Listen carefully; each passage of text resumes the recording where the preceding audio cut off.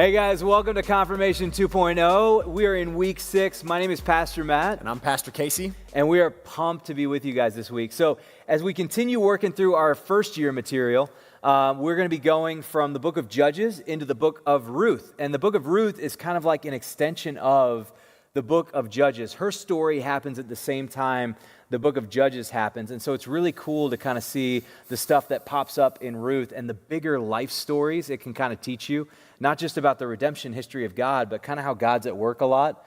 And then in 1st and 2nd Samuel, you watch as Israel moves from this theocracy, which means kind of like God-centered nation, to they want to be like everybody else. So they want a king. And so 1st and 2nd Samuel moves you from the season of Judges into this season of a king. And then in our second year curriculum, we're going to be diving into the 5th commandment, which is thou shalt not murder. And before you go, check, got it done, don't have to worry about that, we're going to find out how much deeper that commandment actually goes. So with that, Casey, do you want to give us a little recap of Ruth? Yeah, so the book of Ruth, like you mentioned, happens at the same time as the Judges, and it centers first on the character of Naomi. Naomi's an Israelite woman who winds up leaving the land of Israel and settles in a foreign land with her husband and 2 sons. While they're there, her sons marry some foreign women, and a series of events happens, and before you know it, Naomi's husband and her 2 sons wind up dead. So now here's Naomi in this foreign land as a widow with no heirs, and she decides it's time to go back to her homeland, to the land of Israel. And as she decides to leave, one of her daughters-in-law, Ruth is her name, decides that she is going to leave her home in the land she's grown up in and known her whole life and go with Naomi to her land. And she says something really amazing. She says, where you go, I'll go. Where you stay, I'll stay.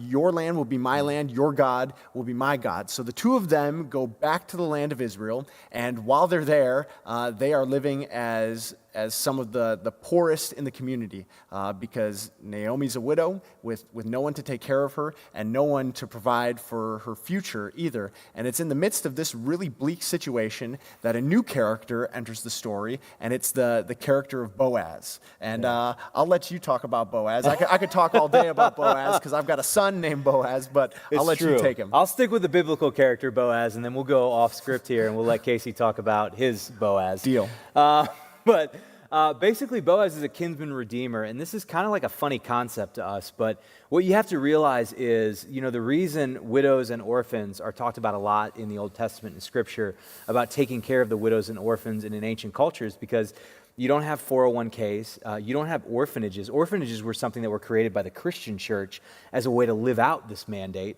There's very little systems around to take care of somebody like that in society, and so what they did was they had a kinsman redeemer, and this was somebody that came in because as an Israelite, you weren't just God's people, but you were an heir to the promised land. And that meant you literally had plots of land that were passed down through your family.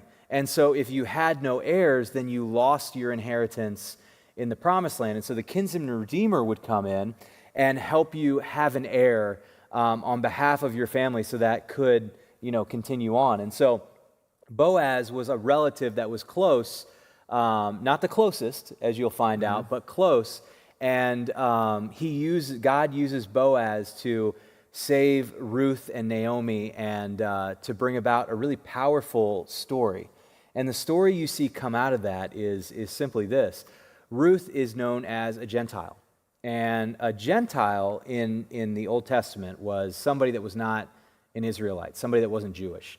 And it's really easy when you're reading through the Old Testament to get the sense that like the Israelites are God's chosen people. So those are the people that God cares about, and everybody else is a Gentile, and those are the people God doesn't care about. Especially when you step into the New Testament and you see kind of how the religious practice was happening, you really get that sense. Oh, these awful Gentiles, these dogs, right?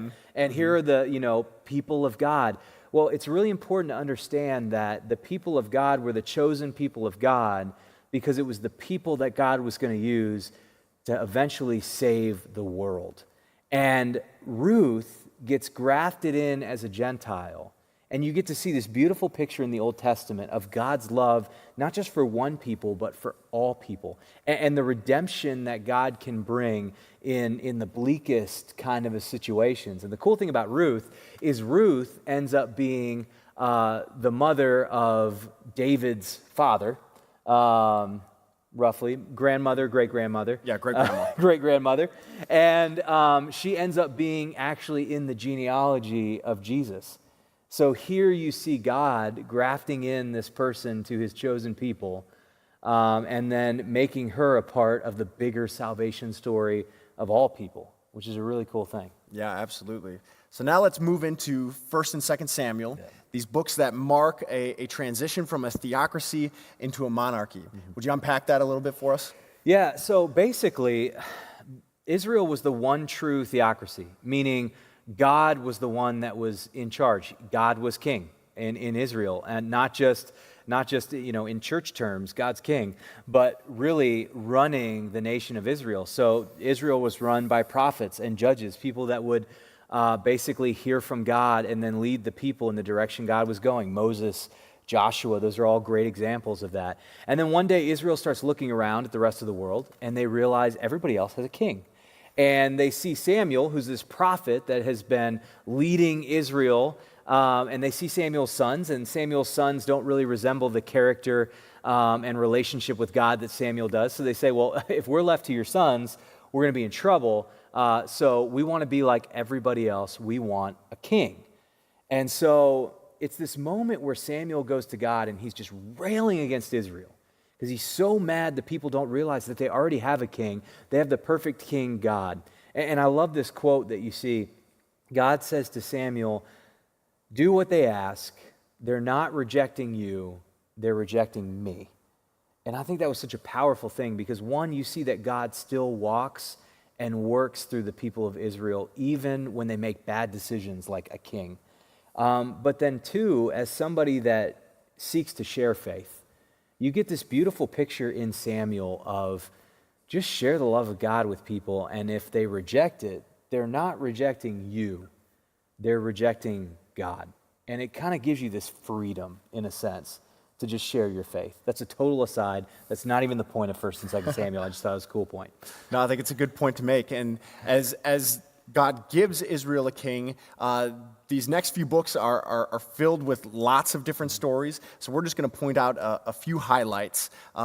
Some of the key figures in the books of Kings are Saul. He's Israel's first king, and what's interesting about Saul is he's got all of the right external appearances. He's the guy who looks like he should be the king of the people, but you find that through Saul's rule, even though he looks like he's got it all going on the outside, on the inside, he's not actually the kind of guy that you want to be king. And you eventually see him fall from power, and a new king ascends the throne, King David, who's a guy that follows after God's own heart and is kind of an antithesis, kind of the opposite of Saul in a lot of ways. And David does a lot of things really well. He winds up kind of like centralizing Israel's worship. He's the author of many of the Psalms that we're going to talk about a little bit later. And he does a lot of great things for the kingdom of Israel. But you even see in David that even a good king is not a perfect king.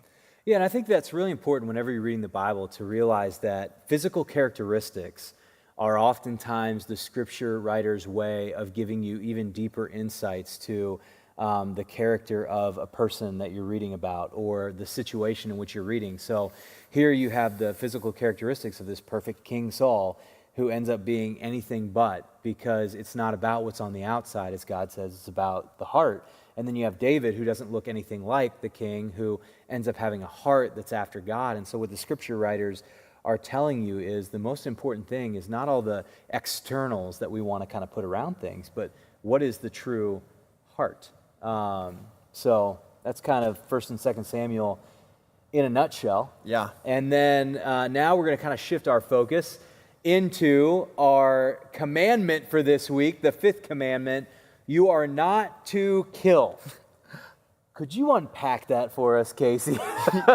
Yes, I can. So this is a commandment that I think makes a lot of sense to us. You know, if we're going to live in an orderly world, we don't want people taking the lives of others. And God institutes this commandment really to show his concern for human life and reminds us that he's the one who gives life, and he's ultimately the one who has the sole authority to take a life. So our call is to uphold life. Our call is to promote life in any way that we can. And so, like you mentioned in the introduction to this episode, this commandment actually goes a lot deeper than just killing someone. And would you take it to a deeper level for us, Pastor Matt? Yeah, you know, it's really interesting when you hear the words of Jesus on the Sermon on the Mount, and Jesus is talking about these commandments and living these commandments out, and you see Jesus say something really interesting. You say, you shall not kill, and most people there are going, yeah, you do this, but he says, I say to you, if you say raka to your brother, or I hate you, he said, you've broken this commandment. So the intent is not just the physical action of murder, but the intent here is, you know, what's your heart toward your neighbor and your brother? You know, is it a heart that desires the best for them? I think it's really important to think about that. You know, the way Luther puts it is like this. We are to fear and love God so that we neither endanger nor harm the lives of our neighbors, but instead help support them in all of life's needs. I think at the heart of this commandment is the reality that the person next to you, whether you like them or not, is a person that is tremendously valuable in the eyes of God, because it's somebody that God is literally willing to send his son in the world to die for. God's literally willing to and did give his life for your neighbor. And so when we think about this commandment, we see the high value that God puts on our neighbors. So that's why, you know, a lot of times what we say is, look, people are important, you know? Yeah, and I think this is a really helpful encouragement to all of us to see ourselves as, in a certain sense, responsible for those around us. I think we live in a very individualistic society here in the West. Just a little bit. Yeah, and I think it's really easy to say, you know, like, I'm good, and as long as someone else over there appears to be good, well then that's fine, and we'll just leave it at that. But this commandment actually urges us even farther to say, like, no, like, be concerned, be invested in that other person's well-being, because ultimately, you know, Jesus even says there's no greater love than this, that someone would lay down his life for his friends. So I think this is actually calling us to a life of sacrifice that says, yep, your needs are more important than my own, your well-being is more important than my own. And I think, again, that kind of sacrifice is actually giving us a fuller definition of what it means to love one another. Yeah, and I think, you know, at this point, it's really important to see that in a lot of this doctrine and in a lot of, like, the Ten Commandments that we're diving into, you know, it's not just a good way to live, which is how a lot of people look at the Ten Commandments. Especially in our culture today, this is an upside-down way of looking at the world. This causes you to look radically different than a lot of the people around you, especially when you look at these commandments and don't simply just say, okay, how do I do this on the surface level, but how do I really dig down and honor not just the expressed words of the commandment, but the intention that the commandment is bringing? Yeah, I think that's huge. So, man, it's been fun once again to get to dive in with you to Confirmation 2.0. So until next week, it's been a joy to hang out with you, and we look forward to seeing you right here on Confirmation 2.0.